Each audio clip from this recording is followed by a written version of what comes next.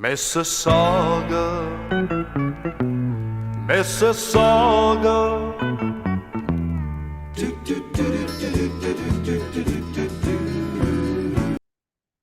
Hello, and welcome to Ask a Historian. I'm Matthew Wilkinson, historian with Heritage Mississauga. And each week, we invite you to send in your questions and we explore the fascinating stories of the city of Mississauga together. Like, subscribe, and follow us and stay up to date on all the heritage happenings with Heritage Mississauga.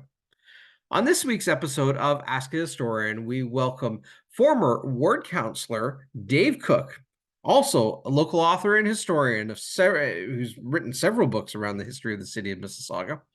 And we will explore moments and milestones from our great city's 50th last 50 years and beyond as part of the 50th anniversary celebrations here with the city of Mississauga.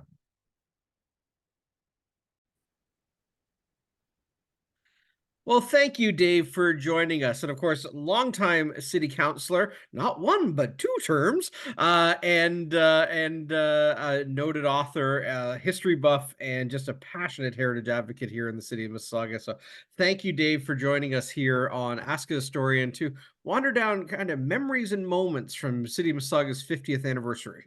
Oh boy, 50 years, Matthew, 50 years. It's amazing. A lot of my memories and activities and so forth, not just because I was a counselor for what, 3 terms plus an additional term later on. My apologies. Yes, 3 terms. Yeah. Yep.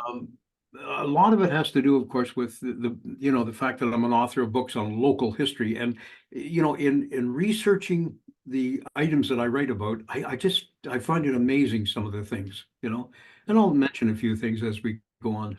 Absolutely. So let's step back in time. When did, and I know this is good, there's a catch to this, the answer to this question, but when did Mississauga become home to you? Oh boy. All right. I'm going to be 82 in July. It was in 1948 that my dad decided, along with his brother. Now, first of all, my father was born in Mississauga. Okay. And he moved to Toronto when he got married, grew up and got married. But in 1948, I was 6 years old, and my dad and his brother decided that the future of business could well be chickens. So let's start a chicken ranch. So in 1948, he purchased property in Malton. And the property basically was just a little bit south of where Terminal 1 is now. And that was our farm. And he built a chicken farm. But before we started to get the chicken coops all done, the government came along and expropriated our property, and because for expansion of the airport, and Dad and Mom moved to Applewood Acres, where I live now. So actually, 1948 is when I moved into Mississauga, what is now Mississauga. Well, yeah. I was going to say your own timeline here is longer than the 50th anniversary of the city itself. Obviously, you've lived here, but Mississauga came to be as a town in '68 and a city in '74. So you've seen it all. Yeah. Now, I'm assuming the chickens didn't come with you to Applewood. Is that the? Well, there was a chicken involvement in Applewood. A lot of people may not know that, but my dad bought a house on Rambo Road in East Acres, Applewood Acres. I'm in West Acres now.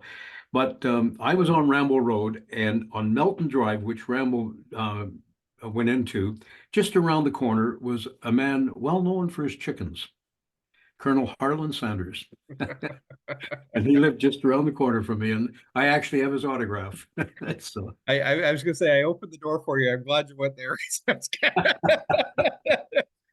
You know what? Honestly, like it's been one of those kind of I guess urban stories or myths that this connection to Harlan Sanders. But you've really explored that not only in your books and stories, but your own memories. Like you met the man, and I just think it's a fascinating connection to our city.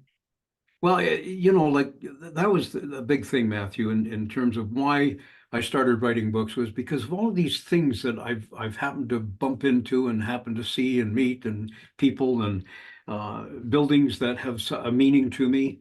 So I ended up. I remember one day I was president of the Applewood Acres Homeowners Association, and somebody said, we're coming up to the 50th anniversary of Applewood Acres.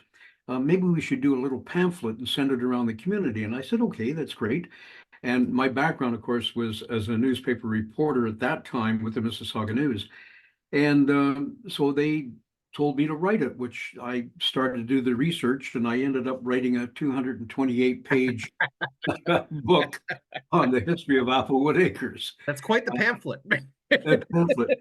And I have to make a plug here. Terry Butt, former councilor on Port Credit, Mhm. in real estate, commercial real estate, not residential. But Terry said, you know, Dave, a copy of that book should be given out to every person in Applewood Acres. So he bought 1,000 copies, and we had them distributed.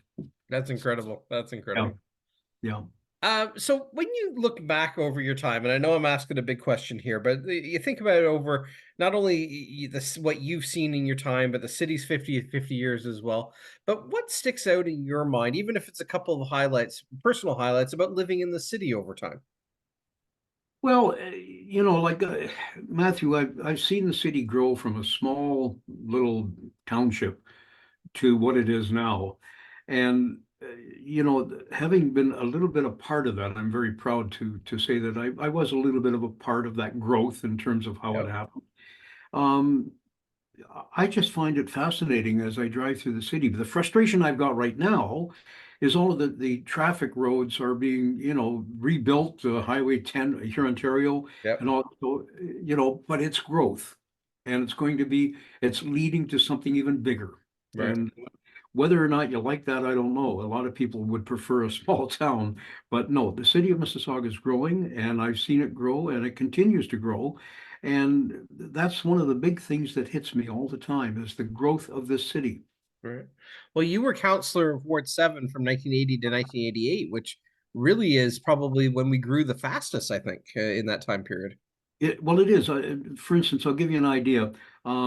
When I sat on council, I can't remember the exact term of which year, but I think it was 1982, and we were dealing with the development of the city from Burnham Thorpe North, Right.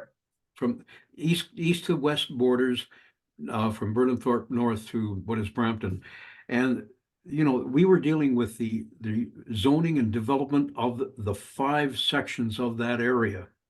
And you know, that to me, I was sitting there beside David Cullum, Councillor Cullum, and you know, we were discussing things.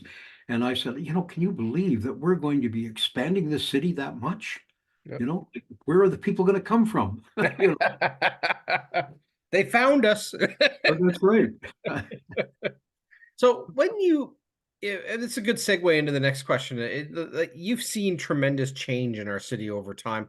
Um, You know, if you had to say, what is the most impactful or significant change that you've seen, what would that be? You might have already answered the question, but well, okay. As I drive around the city, and I say to this to a lot of people, when I'm even promoting my books, when you drive around the city and you see a building that is just being built, and you remember what used to be there, yeah, and as I drive around the city and I'm looking at things, and I can remember like 50 years ago what was there. right, Some of the things were very important to me. As an example, when you drive along the 401 and you look north to the airport and you see, you know, that control tower, that big, yep, that was on the site of where my public school was. A one-room public school, the Elm Bank Public School. And I have a picture of it in one of my books. But that is the exact location of where my school was. And I can't help, every time I go by the 401, I look up and I remember the school, you know. I drive up Cawthra Road, or around Cawthra, but Dixie Road to Dundas, right, and there's the Dixie Public School, which is now a heritage site. And the Dixie Public School has a big meaning to my family. My father was born at the corner, the northeast corner of Dixie and Dundas, right, and at 1910. And that school was built in 1921, and he went to that school as an 11-year-old boy, you know. yeah, And I remember vividly him pointing out that school. Oh, I went to that school, you know, as we drove by. And he also pointed out where he was born. And I remember the house that was there, but now it's an office building. So, right. So yeah, as you drive around, these things happen. Another one that is fascinating, and a lot of people may not know this, but if you drive along Dundas at Cawthra, on the northeast corner of Dundas and Cawthra is a historic church, the Dixie Union Chapel. Yep. That Dixie Union Chapel was built well, the plaque is there, by residents of the area back in the 1800s. And that property was donated in perpetuity by Philip Cody, who had a little hotel on the other side. And a lot of people don't realize who Philip Cody was and who his grandson was, Buffalo Bill Cody, you know. But a lot of people still don't realize that now, first of all, Philip Cody, before he moved back to the States, he had a son born on the south of Dundas there called Isaac, and a daughter, Nancy. And Isaac went back to the States with him and then got married and had a son, Buffalo Bill Cody. But Nancy stayed here and married Amos Marigold. Yep. And, you know, people just don't realize that. So here we have the Marigolds related to Buffalo Bill Cody. And this church that connects all those stories together, right? Absolutely. Exactly. You know, and yeah, drive by the church and you can't help but remember stuff like that. Yep. And I said, but we had to, I know we've talked about this before, but Cody Lane was brought to a name under your direction. So that's right. Yeah. Well, what happened was they're putting the Queensway in, and Haynes Road went from Dundas right down to Applewood Acres. Right. But it became a dead end and it didn't cross the Queensway. So there was two houses on a road with no name.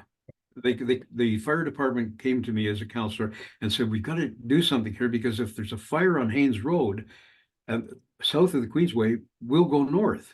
Right. You know, so I said, okay, I got an idea. And I suggested to council that we name it Cody Lane after the fact that Cody's farm was there. Yeah. So I love the fact that you connect what you see today with what was, and it tells the kind of the depth of the story of our city. It connects people and place and time, and I think that's a wonderful attribute to bring to the story. So, well, thank you. It's just something that I've grown up with and I love doing, and it's just me.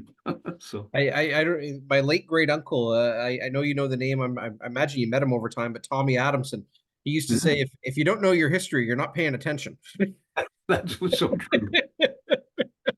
So true. Yeah. So over your time, I mean, you've got long roots here in the city of Mississauga. What are some of the groups or associations you've been involved with over time? Those things that kind of help shape the identity of the city. Well, actually, I haven't been involved with too many. Heritage Mississauga, of course, I'm a member of. I'm a member of Mississauga South Historical Society. One time for a number of years, I was a member of the Mississauga Civitan Club. Okay. And also, I don't know whether you know, but I have a bit of a background in car racing. Yes. And I got involved originally back in 1959, I think it was, with the Oakville Trafalgar Light Car Club. And we didn't have a car club in Mississauga or Toronto Township at that time until a little bit later. And finally, a club, Credit Valley Car Club, was formed, and they met over at the University of Toronto, well, Mississauga Road and Dundas. Okay. If you go north of Mississauga Road, there's a little school right there. Yep. Well, that was where they met. That was, and so I became a member of the Credit Valley Car Club. But during that process, I got quite involved in international car racing through the development of Mosport Park. I was one of the founding members of the track. There was me and 110 others. But I organized the very first car race at Mosport, which is now Canadian Tire Motorsport Park. Yeah. And so I was quite involved with that sort of thing. And there's a lot of Mississauga people who became internationally known car racers. You know, a guy named John Heaton lived on Camilla Road, and he was quite well known internationally. But anyway, so I was involved in the Credit Valley Car Club. I was involved in our local church, the High Neighbors Club, and I was president of the Applewood Acres Homeowners Association. So those are the groups that I was involved with. No, you know what? All of them talk about kind of connect to the vibrancy of living in this place over time, right? Like whether Yeah. it's the a ratepayers that's focused on the community or something as big as a car club. I imagine I'm not a car club member, but I imagine it brings together people from all over the city to share a common interest, right? It's not just based on geography. Oh, no, no, Yeah. it's quite a number of people. It's an amazing thing. When I was at a car club meeting one night and I was sitting there and I was looking at a few people, and here we are. At that time, I didn't have too much money. I was just working normally, and the fellow beside me, his name, gosh, I can't remember it now. I'm getting old. David, yeah, it was David something. Anyway, his family owned Canadian Tire. Oh, geez. Okay. Yeah. David Billis. Dave And- does. yeah, and here I'm sitting beside, a guy with more money than I'd ever think about having in my life, and he raced cars, Yep. and I was the track announcer. So we got along, we were friends. It, So it, yeah, it is that common interest breeds connections, right? So exactly. yeah, And nobody would care about your status in life. You were just a great car guy. right, right. Yeah. Yeah. So if you had to, people help shape our idea of Mississauga and how Mississauga has evolved over time. If you had, and I imagine there's too many to mention, like you've had such a connection here to the city of Mississauga, but if you had to think about just some people that you have had a positive impact on the evolution of our city and help make the city a special place for you, who comes to mind? First one is Gordon Ship. Okay. Now, if you go to City Hall, you'll see a bronze statue of him mounted just before you go into the council chamber. Yes. Gordon Ship and his son Harold built Applewood Acres, and I think they probably started a lot of they created the influence for a lot of developers to come to the city. Applewood Acres built in 1952. Now, you've got to look at Gordon Ship this way. He was at the time very much a family man, but he was the president of I think it was the Canadian Home Builders Association. But he built Applewood Acres, and it was the largest and I think even to this day it is the largest subdivision built in North America by a family developer. Right. You know, and his son Harold, they built over not about 900 homes Right. here in Applewood Acres. And you can't think of anything other than Gordon Ship when you look at Applewood Acres. I mean, he started a beautiful, beautiful job. Another family that really hits me because I did the research with one of my books was the Pallet family Right. and the Stanfields. They built Dixie Arena. And the story about how they ended up building it is phenomenal. Basically, there was 60 or 70 people in Cooksville, businessmen, wanted to build a hockey arena, but they could never get together and do it right or make the right decisions and so forth. So the Pallets and Stanfields sort of said, well, the heck, we'll do it ourselves. And they created a group and they built Dixie Arena. And that arena developed a junior A hockey club that put 49 players into the NHL. And it's amazing. So here, that's some of the great local history. And whenever I drive by the Dixie Curling Club, which they built, and I'll mention that in a second, but I can't help but remember going to Dixie Arena on Friday night. The whole community went there, Yes. public skating and so forth. Sorry, you can't talk about Dixie Arena without talking about the beehives, though. Well, that's right. And of course, a little plug here coming up on June 15th at the Dixie Curling Club. Everybody's invited. $20 to get in. Is a Dixie reunion of the Beehive and the Dixie Arena. So, and do you have a copy of your book there to show? they've asked me. I've got about 140 copies left, and I'm going to take them up. Yeah, wonderful. Highly recommend the Dixie Beehives book by Dave Cook, Dixie Arena and Frozen Ponds and Beehive Glory. Right. Right. Yeah. Sorry, I interrupted you. You were saying about the significant people? Well, basically, when you look at that, then I can't help but think back on council. Who were the people that affected me the most on council over the years? And there were two: Harold Kennedy, who became a very good friend of mine, and Harold and I would travel together at different events. And I'll tell you a funny story about Harold, how good he was. But the other one was Dave Cullum. and Dave sat beside me, and they had a tremendous influence on me, you know. But Harold was the type of counselor. He told me one time. He said, Dave, he said, you've got to treat the residents that elected you in first and foremost. Right. And that's what he did, you know. The Kennedy family was phenomenal. You know?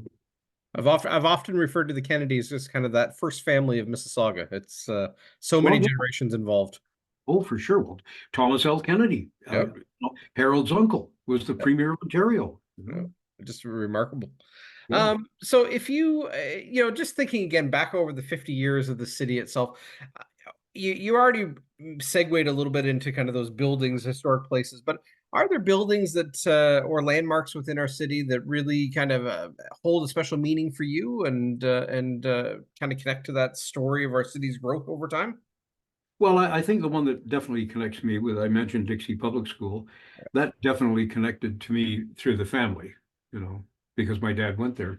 But the problem is, Matthew, being a historian and loving history, there's so many buildings that you just enjoy being, you know, going by, looking at, being in, and so forth. So that's a hard question to answer, you know.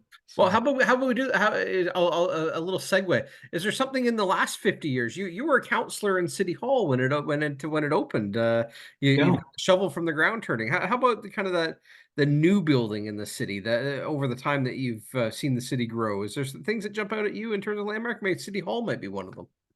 Well, of course, the city hall. Yeah, I was on when we built the city hall, and the joke is that I every time I go up to city hall, I'm for the heritage meeting, I go into the main lobby and make sure that the plaque is there with my name on it, and that it's not covered with dust. The building of city hall was phenomenal. It was something that I don't think any of us on council realized just how big this building was going to be. You know, our city hall at the time was just a little bit over on near the here Ontario there. It was a small building, Right. and in fact, um, like it was so small that my office space, for instance, was about not even a quarter of the size of the office I got at the new city hall. And when somebody came in to see me, you were cramped. You know, they would be Wow. sitting at the other side of my desk. Um, Getting into the new hall, when we started to build that new city hall, we started to look at the budget, the cost, and the development cost was phenomenal. And we actually had to lower the city hall by, I believe, I'm not sure, maybe Councillor Cullen would tell me.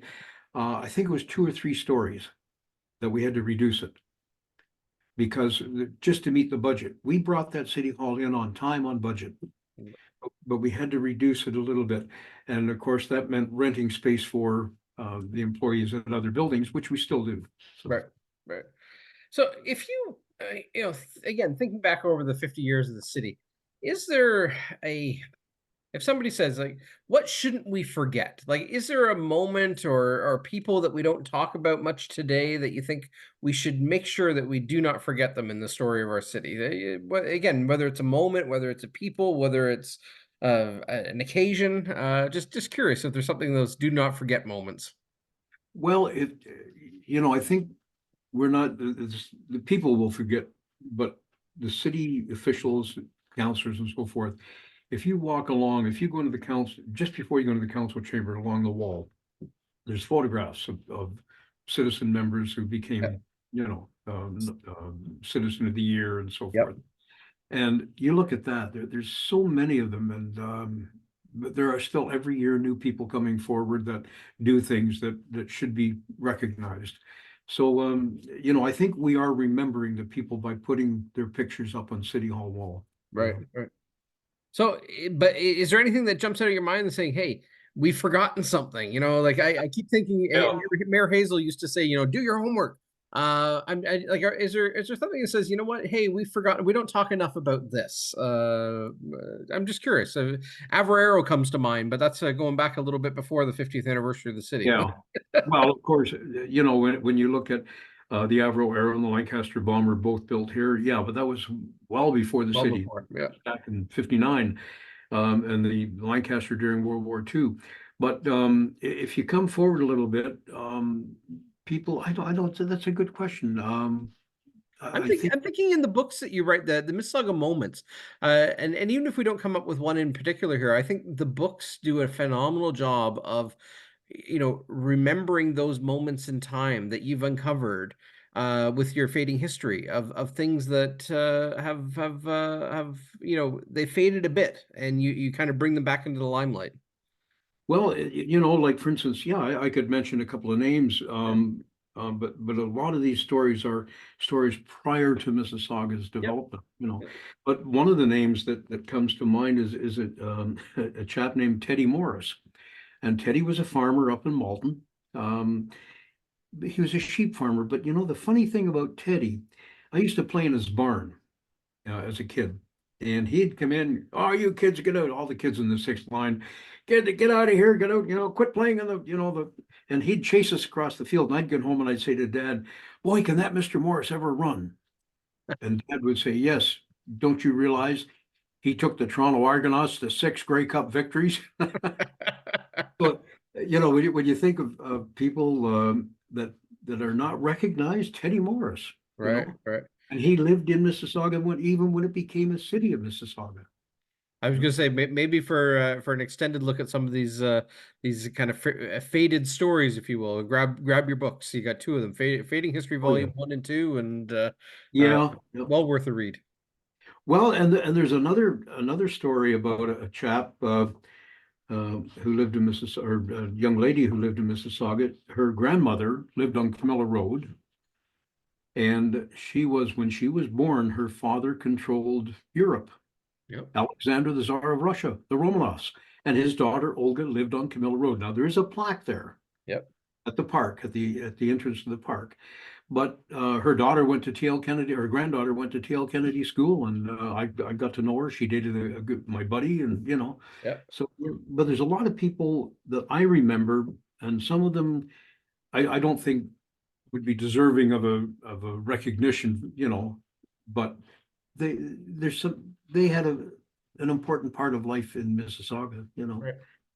But yeah, I don't know. But Teddy Morris was the one that I Yeah. thought was No, um, I think it's like in most communities, the idea of building a community is really people coming together, right? And kind of yeah, sharing that experience, but sharing that energy to create and to craft a community they want to live in.